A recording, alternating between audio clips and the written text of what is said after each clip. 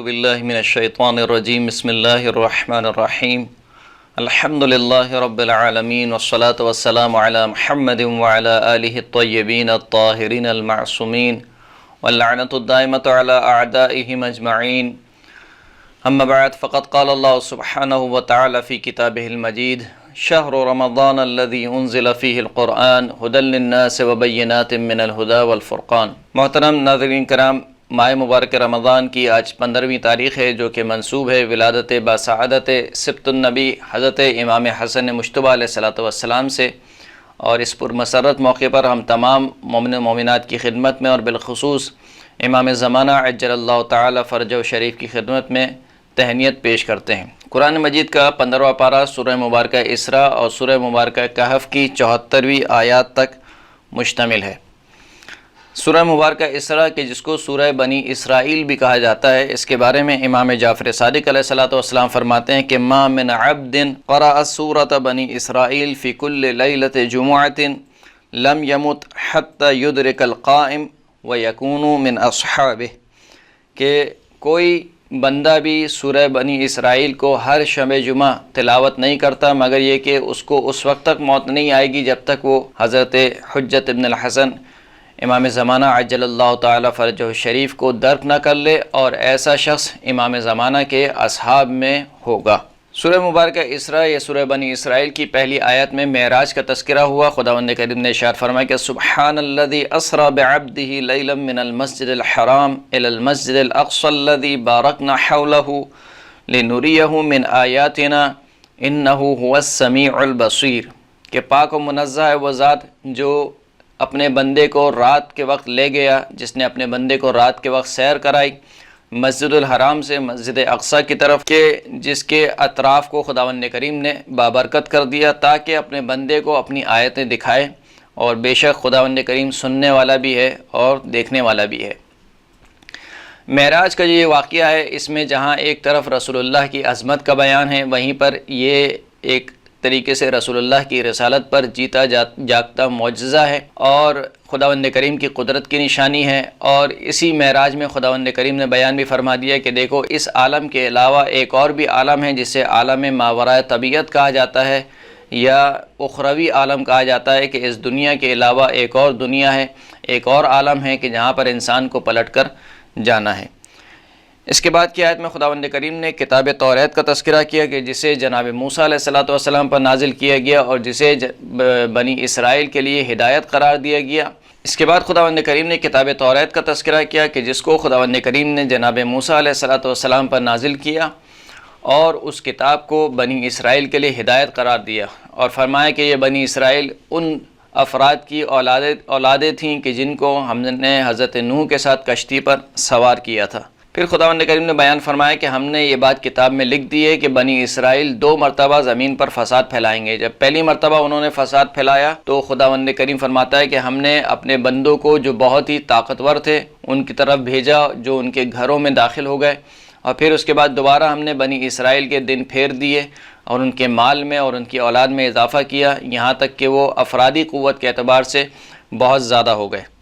پھر اس کے بعد خداوند کریم نے انسان کی فطرت کی طرف اشارہ کرتے ہوئے ارشاد فرمایا کہ انسان جو ہے وہ انتہائی جلد باز ہے اور گویا جلد بازی سے ہی خلق ہوا ہے۔ اس کے بعد کی آیت میں خداوند کریم نے رات اور دن کے آنے جانے کو اپنی آیت قرار دیا اور فرمایا کہ ہم نے دن کو اس وجہ سے قرار دیا تاکہ تم اللہ کا فضل تلاش کرو، اللہ کا رزق تلاش کرو اور سالوں اور دنوں کا حساب رکھ سکو۔ اس کے بعد کی 2 آیات میں خداوند کریم نے یعنی آیت نمبر 13 اور آیت نمبر 14 میں خداوند کریم نے بیان فرما دیا کہ ہم نے ہر شخص کا نامہ اعمال اس کی گردن میں لٹکا دیا ہے۔ فرمایا کہ وَكُلَّ إِنسَانٍ أَلْزَمْنَاهُ طَائِرَهُ فِي عُنُقِهِ وَنُخْرِجُ لَهُ يَوْمَ الْقِيَامَةِ كِتَابًا يَلْقَاهُ مَنْشُورًا اقرأ كِتَابَكَ كَفَى بِنَفْسِكَ الْيَوْمَ عَلَيْكَ حَسِيبًا۔ فرمایا کہ ہم نے ہر انسان کو جو اس کا طائر ہے یعنی فعال نامہ یا اعمال نامہ، ہر انسان کا اعمال نامہ اس کے ساتھ لازم کر دیا ہے، اس کی گردن میں لٹکا دیا ہے۔ ہم اس اعمال نامے کو قیامت کے دن نکالیں گے اور وہ ایک کھلی ہوئی کتاب کے سامنے انسان کے سامنے حاضر ہوگا، اور پھر خداوند کریم کہے گا کہ دیکھو آج کے دن اگر فیصلہ لینا ہے یا انصاف کرانا ہے تو کسی تیسرے بندے کی ضرورت نہیں ہے، کسی دوسرے بندے کی ضرورت نہیں ہے۔ اقرأ کتابک، خود اپنے نامہ اعمال کو پڑھو، یہ نامہ اعمال ہی تمہارے حساب و کتاب کے لیے کافی ہے۔ پھر اس کے بعد خداوند کریم نے ذکر فرما دیا کہ ہدایت اور گمراہی انسان کے اپنے اختیار میں ہے، انسان چاہے تو ہدایت کو اختیار کرے، چاہے تو گمراہی کو اختیار کرے، اور کوئی بھی روز قیامت کسی دوسرے شخص کا بوجھ نہیں اٹھائے گا۔ اور پھر اس کے بعد خداوند کریم نے بیان فرمایا کہ ہم نے نوح کے بعد بہت ساری قوموں کو ہلاک کر دیا، اور خداوند کریم اپنے بندوں کے گناہوں سے باخبر اور بابصیرت ہے۔ پھر فرمایا کہ جو دنیا چاہتا ہے ہم اس کو دنیا بھی دیتے ہیں، لیکن ایسے شخص کے لیے آخرت میں کوئی حصہ اور کوئی نصیب نہیں ہے، بلکہ وہ جہنم میں دھتکارا ہوا اور رحمت خدا سے محروم پہنچے گا۔ اس کے بعد کی آیت میں خداوند کریم نے یہ بیان فرمایا کہ جو شخص بھی آخرت چاہتا ہے ہم اس کو آخرت دے دیتے ہیں، اور آخرت میں درجات ہیں، یعنی آخرت میں ہر شخص ایک درجے پہ نہیں ہوگا بلکہ مختلف درجے ہوں گے، اور نیچے درجے والا ہمیشہ اوپر درجے والے کو دیکھ کر حسرت کھائے گا کہ کاش میں کچھ اور اعمال انجام دے لیتا تو شاید میں اس درجے پر ہوتا۔ اس سے اوپر والا جو درجے والا ہوگا وہ اپنے سے اوپر والے درجے کو دیکھ کر حسرت کھائے گا کہ کاش میں کچھ اور انجام دے لیتا تو شاید میں اس سے اوپر والے درجے پر ہوتا۔ تو خداوند کریم نے فرمایا کہ آخرت میں درجات ہیں۔ پھر خداوند کریم نے آیت نمبر 23 اور آیت نمبر 24 میں والدین کی عظمت بیان کی۔ فرمایا وَقَضَى رَبُّكَ أَلَّا تَعْبُدُوا إِلَّا إِيَّاهُ وَبِالْوَالِدَيْنِ إِحْسَانًا، کہ تمہارے پروردگار نے یہ حتمی فیصلہ کر دیا ہے کہ کسی کی عبادت نہیں کرو گے سوائے اللہ کی، اور والدین کے ساتھ نیکی سے پیش آؤ۔ اما یبلغن عندک الکبر احدہما او کلاہما فلا تقل لہما اف ولا تنہرہما وقل لہما قولا کریما، کہ جب تمہارے والدین میں سے کوئی ایک یا دونوں کے دونوں بڑھاپے تک پہنچ جائیں تو خبردار ان کو اف تک نہ کہنا اور ان کو جھڑکنا نہیں، اور ان کے لیے ہمیشہ نرمی سے ان کے ساتھ گفتگو کرنا۔ وَاخْفِضْ لَهُمَا جَنَاحَ الذُّلِّ مِنَ الرَّحْمَةِ وَقُلْ رَبِّ ارْحَمْهُمَا كَمَا رَبَّيَانِي صَغِيرًا، اور ہمیشہ ان کے سامنے عزت اور احترام کے ساتھ اور جھک کر اور خضوع اور خشوع کے ساتھ پیش آنا، اور یہ دعا کرتے رہنا کہ خدایا ان دونوں پر، میرے والدین پر رحم فرما کہ جس طریقے سے بچپنے میں ان دونوں نے مجھ پر رحم کیا۔ اس کے بعد خداوند کریم نے کچھ اجتماعی ذمہ داریوں کا تذکرہ کیا اور فرمایا کہ دیکھو صاحبان قرابت کو ان کا حق دو، مسکین کو ان کا حق دو، اور جو راستے میں یعنی سفر میں ناچار ہو جائے اس کو اس کا حق دو، اور تبذیر سے پرہیز کرو۔ تبذیر یعنی مال کو بلا وجہ ضائع کرنا، ایک ہے اسراف اور ایک ہے تبذیر۔ اسراف یہ ہوتا ہے کہ جتنا خرچ کرنا ہے اس سے زیادہ خرچ کرنے کو اسراف کہتے ہیں، لیکن تبذیر کا اصلاً یعنی مال کو ضائع کرنا، یعنی خرچہ بنتا ہی نہیں تھا وہاں پر انسان پیسہ لگا دے، اس کو کہتے ہیں کہ تبذیر، کہ جس کے متعلق خداوند کریم قرآن مجید میں ارشاد فرماتا ہے کہ ان المبذرین کانوا اخوان الشیاطین وکان الشیطان لربہ کفورا، کہ جو تبذیر کرنے والے ہیں یعنی مال کو ضائع کرنے والے ہیں یہ سب کے سب شیطان کے بھائی ہیں، اور شیطان جو ہے وہ اپنے رب کا بہت ہی بڑا نافرمان ہے۔ پھر اس کے بعد خداوند کریم نے ذکر فرما دیا کہ دیکھو اپنے اگر خرچ کرنے کے لیے تمہارے پاس کچھ نہ بھی ہو تب بھی گفتگو اچھے انداز سے کرو اور نرم لہجے میں گفتگو کرو، یعنی اگر انسان کے پاس کچھ نہ ہو کسی کو دینے کے لیے تب بھی کم از کم انسان کے پاس الفاظ تو ہیں کسی کو دینے کے لیے، اور نرم لہجے میں انسان گفتگو کر سکتا ہے، اچھے انداز میں انسان گفتگو کر سکتا ہے۔ پھر اس کے بعد خداوند کریم نے بیان فرمایا کہ دیکھو سخاوت میں بھی میانہ روی اختیار کرو، نہ یہ کہ اتنی سخاوت کر دو کہ مثال کے طور پر تم خود تنگ دست ہو جاؤ، اور نہ یہ کہ بالکل ہاتھ کو تنگ کر کے اور مال کو جمع کر کے اپنے پاس بیٹھ جاؤ۔ تو سخاوت میں بھی میانہ روی ہونی چاہیے۔ پھر اس کے بعد خداوند کریم نے ارشاد فرمایا کہ دیکھو اپنی اولاد کو اس خوف سے کہ تمہیں فقر اور تنگ دستی کا خوف ہو، اس خوف سے اپنی اولاد کو قتل نہ کرو، ہم تمہیں بھی رزق دیتے ہیں اور تمہاری اولاد کو بھی رزق دیتے ہیں،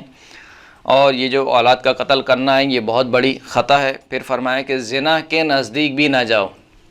یعنی یہ عجیب تعبیر ہے خداوند کریم کی، فرماتا ہے کہ لا تقربوا الزنا، یعنی زنا کے نزدیک نہ جاؤ، یہ نہیں کہا کہ زنا انجام نہ دو یا زنا کے مرتکب نہ ہو، کہا کہ زنا کے نزدیک بھی نہ جاؤ، نہ یعنی نہ صرف تمہیں زنا سے بچنا ہے بلکہ ان کاموں سے بھی بچنا ہے جو تمہیں زنا کے نزدیک کر رہے ہوں، یعنی جو مقدمہ بن رہے ہوں زنا کا، ان کاموں سے بھی تم کو پرہیز کرنا ہے۔ فرمایا کہ یہ بہت ہی بیہودہ کام ہے اور بہت ہی برا راستہ ہے۔ اور پھر فرمایا کہ نفس محترمہ کو قتل نہ کرو مگر یہ کہ حق کے ساتھ، کہ جس کے قتل کرنے کا اللہ نے حکم دے دیا اس کو قتل کرو، اس کے علاوہ جو نفس محترمہ ہے اس کو قتل نہ کرو۔ اور پھر اس کے بعد خداوند کریم نے فرمایا کہ یتیم کے مال کے نزدیک نہ جاؤ مگر یہ کہ احسن طریقے سے اس کے مال میں تصرف کرو یہاں تک کہ یتیم بالغ ہو جائے اور شعور کی حد تک پہنچ جائے۔ پھر اس کے بعد فرمایا کہ عہد و پیمان کو پورا کرو، اور عہد و پیمان کے بارے میں پوچھا جائے گا، ناپ تول کو پورا کرو جب بھی تم وزن کرو، اور عدل و انصاف کے ساتھ ناپ تول کو پورا کرو، اور جس بات کا تمہیں علم نہ ہو اس کے پیچھے نہ لگے رہو، کیونکہ انسان کی سماعت سے، انسان کی بصارت سے اور انسان کے دل سے سب سے خداوند کریم سوال کرے گا قیامت کے دن۔ پھر فرمایا کہ زمین پر اکڑ کے مت چلو، کیونکہ نہ تو تم زمین کو پھاڑ سکتے ہو اور نہ ہی تمہارا قد اتنا بلند ہو سکتا ہے کہ تم پہاڑوں کے برابر ہو جاؤ۔ پھر خداوند کریم نے فرمایا کہ جو ہم نے نصیحتیں تمہیں کی ہیں کہ مثال کے طور پر اپنی اولاد کو قتل نہ کرو، زنا نہ کرو، یتیم کے مال کے نزدیک نہ جاؤ، یہ ساری نصیحتیں، یہ ساری حکمت کی باتیں ہیں جو آپ کا پروردگار آپ کی طرف وحی کرتا ہے۔ اس کے بعد خداوند کریم نے اس بات کی نفی کی کہ خداوند کریم یہ نہیں چاہتا کہ تمہارے لیے تو بیٹوں کا اختیار کرے اور اپنے لیے ملائکہ کو لڑکیوں کے طور پر چن لے، یعنی جو کفار کہتے ہیں کہ خدا نے ملائکہ کو لڑکیوں کے طور پر چن لیا ہے، یہ ایسا ہرگز نہیں ہے۔ اور خداوند کریم نے شرک کی نفی فرمائی، اور پھر فرمایا کہ جو کچھ بھی زمین اور آسمان میں ہے اور ان کے درمیان میں ہے سب کا سب اللہ کی تسبیح میں مشغول ہے، یعنی سب کا سب اللہ کو منزہ کرنے میں ہر عیب سے اور اس کو پاک و پاکیزہ کرنے میں ہر عیب سے مشغول ہے، اس کی تسبیح کر رہے ہیں۔ پھر فرمایا کہ کافروں کے دلوں پر پردے ڈال دیے گئے ہیں، لہٰذا انہیں قرآن کی باتیں سمجھ میں نہیں آتی، اور جب آپ توحید کی بات کرتے ہیں تو یہ منہ پھیر کر نفرت سے بھاگے چلے جاتے ہیں اور چھپ چھپ کر قرآن کی آیتیں سنتے ہیں اور آپ کے متعلق کہتے ہیں کہ آپ پر کسی نے جادو کروا دیا ہے،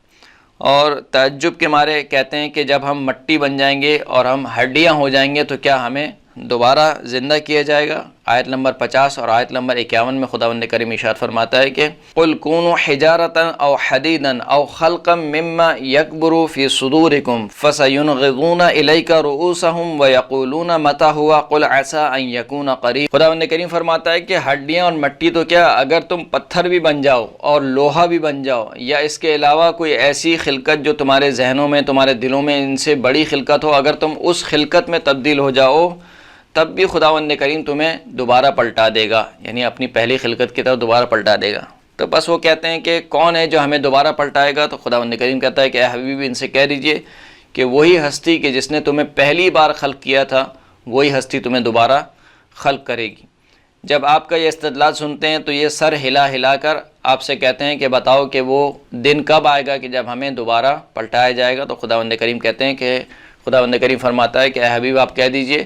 کہ وہ دن بہت ہی قریب ہے۔ اس کے بعد خداوند کریم نے اپنے بندوں کو حکم دیا کہ میرے بندوں کو کہہ دو کہ جب بھی کوئی بات منہ سے نکالیں تو اچھی بات نکالیں، یعنی جب بھی انسان گفتگو کرے تو اچھی گفتگو کرے، بدفعلی، فحش یا ایسی باتیں جو بیہودہ باتیں ہوں وہ انسان اپنی زبان سے نہ نکالے۔ پھر اس کے بعد شرک کی مذمت کی گئی اور فرمایا کہ جنہیں تم اللہ کا شریک قرار دیتے ہو یہ تم سے کسی بھی قسم کی مصیبت کو اور کسی بھی قسم کے غم اور اندوہ کو دور نہیں کر سکتے۔ اس کے بعد گزشتہ قوموں کا حوالہ دیتے ہوئے خداوند کریم نے ارشاد فرمایا کہ ہم نے کسی قوم کو ہلاک نہیں کیا مگر یہ کہ ان کے ظلم اور ان کی سرکشی کی وجہ سے۔ اور پھر اس کے بعد ایک مرتبہ دوبارہ خداوند کریم نے حضرت آدم علیہ السلام اور ابلیس کا قصہ نقل فرمایا اور ابلیس کی ہٹ درمی کو دوبارہ ذکر کیا،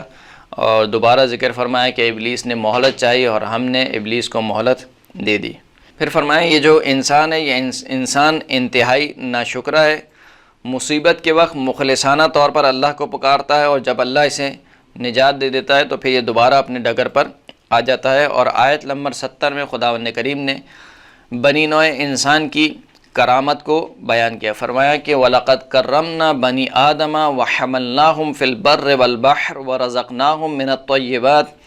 وَفَضَّلْنَاهُمْ عَلَى كَثِيرٍ مِّمَّنْ خَلَقْنَا تَفْضِيلًا، کہ ہم نے بنی آدم کو، یعنی بنی نوع آدم کو ہم نے کرامت عطا کی، شرافت عطا کی، اور ہم نے ان کو خشکی میں اور سمندر میں سوار کرایا، اور ان کو پاک و پاکیزہ غذائیں عطا کیں، اور ہم نے ان کو بہت سی مخلوقات پر، جن کو ہم نے خلق کیا، بہت سی مخلوقات پر ہم نے ان کو واضح فضیلت عطا کی۔ تو اشرف المخلوقات ہونے کی طرف اشارہ ہوا۔ پھر اس کے بعد فرمایا کہ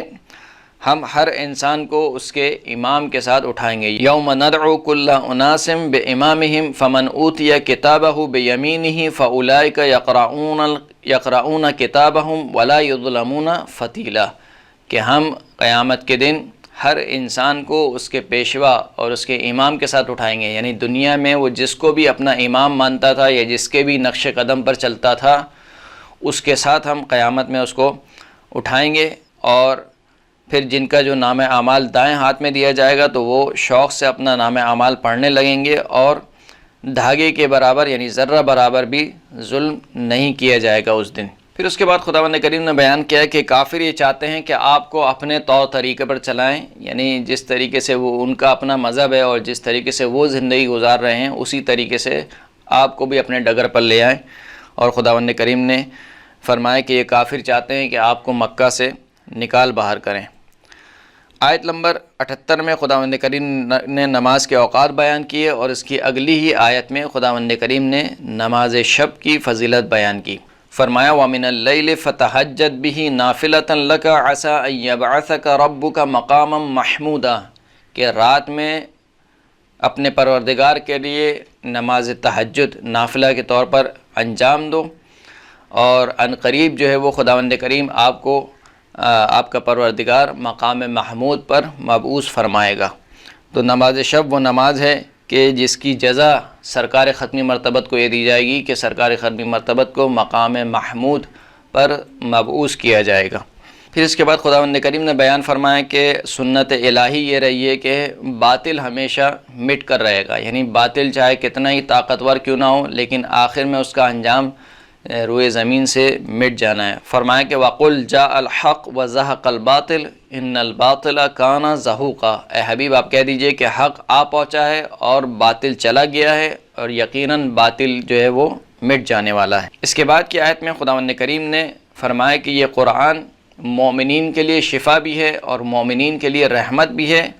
لیکن ظالمین کے لیے یہ قرآن مجید سوائے خسارے کے اور نقصان کے اور کچھ نہیں ہے۔ فرمایا کہ وَنُنَزِّلُ مِنَ الْقُرْآنِ مَا هُوَ شِفَاءٌ وَرَحْمَةٌ لِّلْمُؤْمِنِينَ وَلَا يَزِيدُ الظَّالِمِينَ إِلَّا خَسَارًا، کہ ہم نے قرآن میں سے وہ چیز نازل کی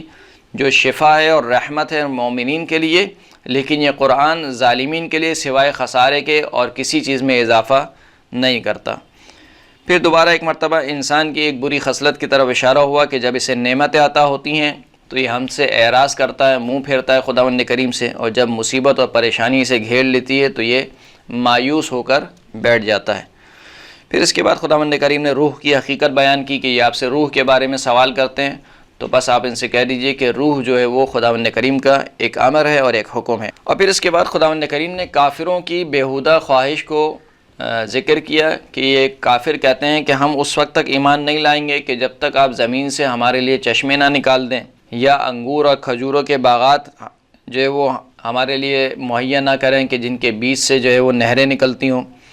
یا آسمان سے ٹکڑے کو ہمارے اوپر گرا دیں کہ جیسا کہ آپ گمان کرتے ہیں، یا اللہ اور ملائکہ کو ہمارے سامنے روبرو پیش کریں، یا پھر کوئی سونے کا گھر جو ہے وہ بنا دیں، یا پھر آسمان پر چڑھ جائیں۔ یہ تمام کام جب تک آپ نہیں کریں گے اس وقت تک ہم ایمان لانے والے نہیں ہیں۔ اس کے جواب میں خداوند کریم نے ارشاد فرمایا کہ اگر ملائکہ اس روئے زمین پر اطمینان کے ساتھ چل پھر سکتے تو ہم یقیناً ملائکہ کو اس روئے زمین پر نازل کرتے، اور آپ کہہ دیجئے کہ آپ کے اور ان کے درمیان خداوند کریم گواہی کے لیے کافی ہے، یعنی رسالت کے اوپر اللہ کی گواہی کافی ہے، کسی اور کی گواہی کی ضرورت نہیں ہے۔ یعنی اگر تم کفار یہ سمجھتے ہو کہ تمہاری گواہی سے کوئی رسول بنے گا تو تمہاری گواہی سے نہ رسول بنتا ہے، اللہ کی گواہی کافی ہے رسالت کے لیے۔ پھر اس کے بعد خداوند کریم نے جناب موسیٰ علیہ السلام اور فرعون کا تذکرہ کیا، اور فرمایا کہ خداوند کریم کا نہ کوئی بیٹا ہے اور نہ ہی خدا کا کوئی شریک ہے۔ یہ تقریباً خلاصہ تھا سورہ مبارکہ اسراء کا۔ اس کے بعد جو اگلی سورہ ہے وہ سورہ مبارکہ کہف ہے۔ سورہ مبارکہ کہف کی 74 آیتیں اس پارے میں شامل ہیں۔ سورہ کہف کے بارے میں امام جعفر صادق علیہ السلام سے روایت نقل ہوئی ہے۔ ثواب الاعمال میں فرمایا کہ من قرأ سورۃ الکہف کل لیلۃ جمعۃ لم یمت الا شہیدا او یبعثہ اللہ من الشہداء ووقف یوم القیامت مع الشہداء۔ فرمایا کہ جو شخص بھی ہر شب جمعہ کو سورہ کہف کی تلاوت کرتا ہے اس کو موت نہیں آئے گی مگر یہ کہ شہید کی حالت میں، یعنی وہ شہید مرے گا،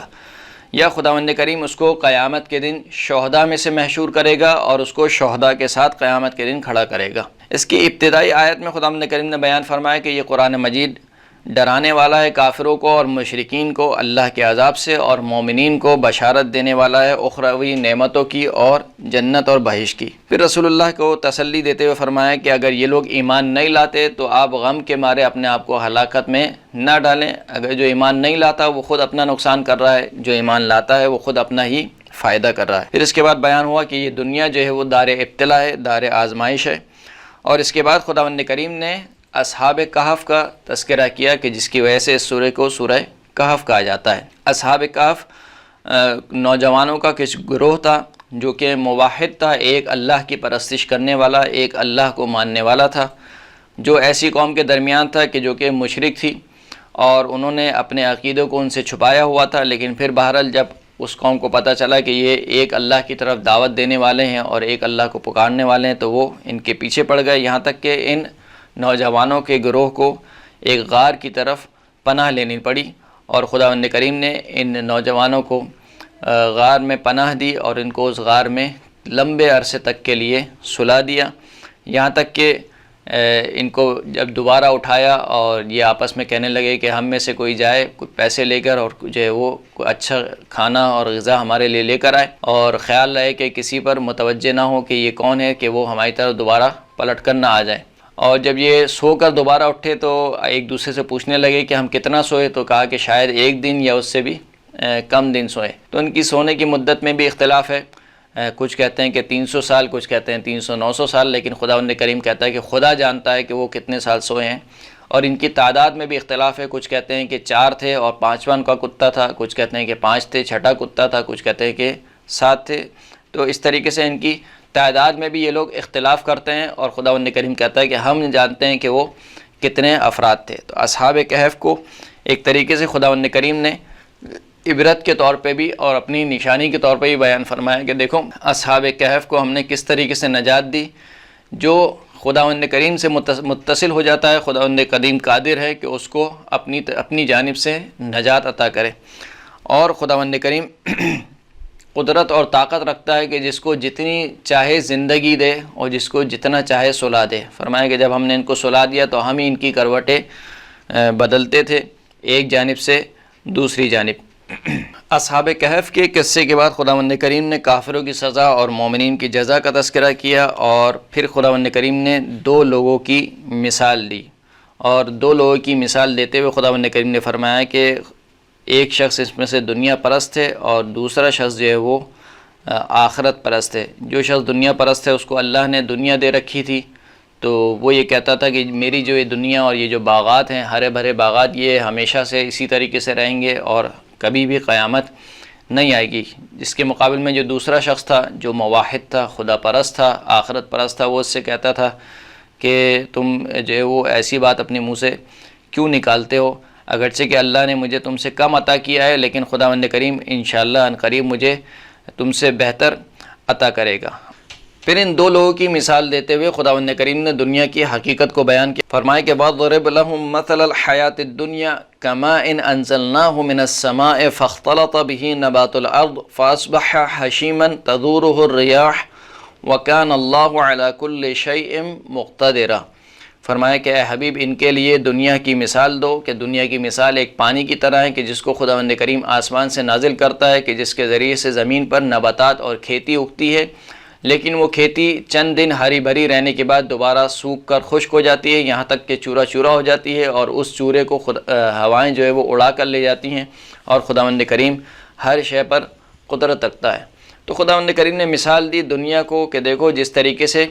یہ کھیتی چند روز کے لیے ہری بھری رہتی ہے، بالکل اسی طریقے سے یہ جو دنیا کی رنگینی ہے یہ بھی چند روز کے لیے ہے، اور اس کے بعد یہ ختم ہو جائے گی، یا تم ختم ہو جاؤ گے یا دنیا ختم ہو جائے گی۔ اور پھر اس کے بعد دوبارہ خداوند کریم نے دنیا کی حقیقت کا خلاصہ کیا، فرمایا کہ المال والبنون زینت الحیات الدنیا والباقیات الصالحات خیر عند ربک ثوابا وخیر عملا،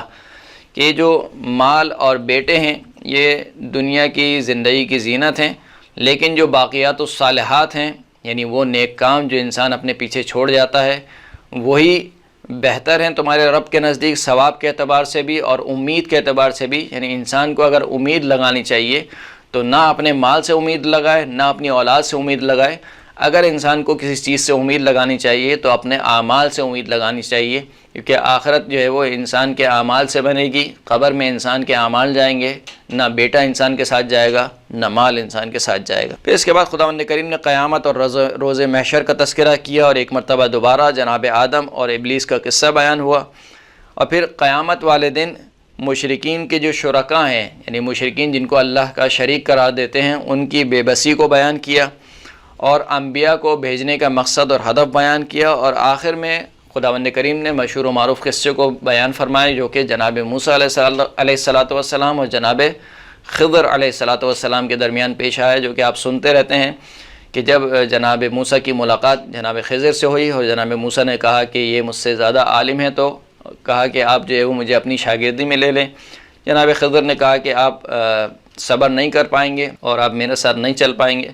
لیکن جناب موسیٰ نے کہا کہ میں انشاءاللہ صبر کروں گا، آپ کے ساتھ چلوں گا۔ اور پھر وہ پورا واقعہ پیش آیا کہ جناب خضر نے کشتی کو خراب کیا، ایک لڑکے کو قتل کیا اور ٹوٹی ہوئی دیوار کو بنایا، اور تینوں مرتبہ جب جناب موسیٰ نے اعتراض کیا تو جناب خضر نے ہر مرتبہ یہی کہا کہ کیا میں نے نہیں کہا تھا کہ تم میرے ساتھ صبر نہیں کر پاؤ گے؟ جب تیسری مرتبہ اعتراض کیا تو جناب خضر نے کہا کہ اب بس یہ آخری موقع تھا، اور یہ جو تمہارا سوال ہے یہ تمہارے اور میرے درمیان جدائی کا سبب بنے گا۔ اور پھر اس کے بعد جناب خضر علیہ السلام نے اپنے تینوں کاموں کی مصلحت کو بیان کر فرمایا۔ یہ تقریباً خلاصہ تھا قرآن مجید کے 15ویں پارے کا۔ وآخر الدعوانا ان الحمد للہ رب العالمین۔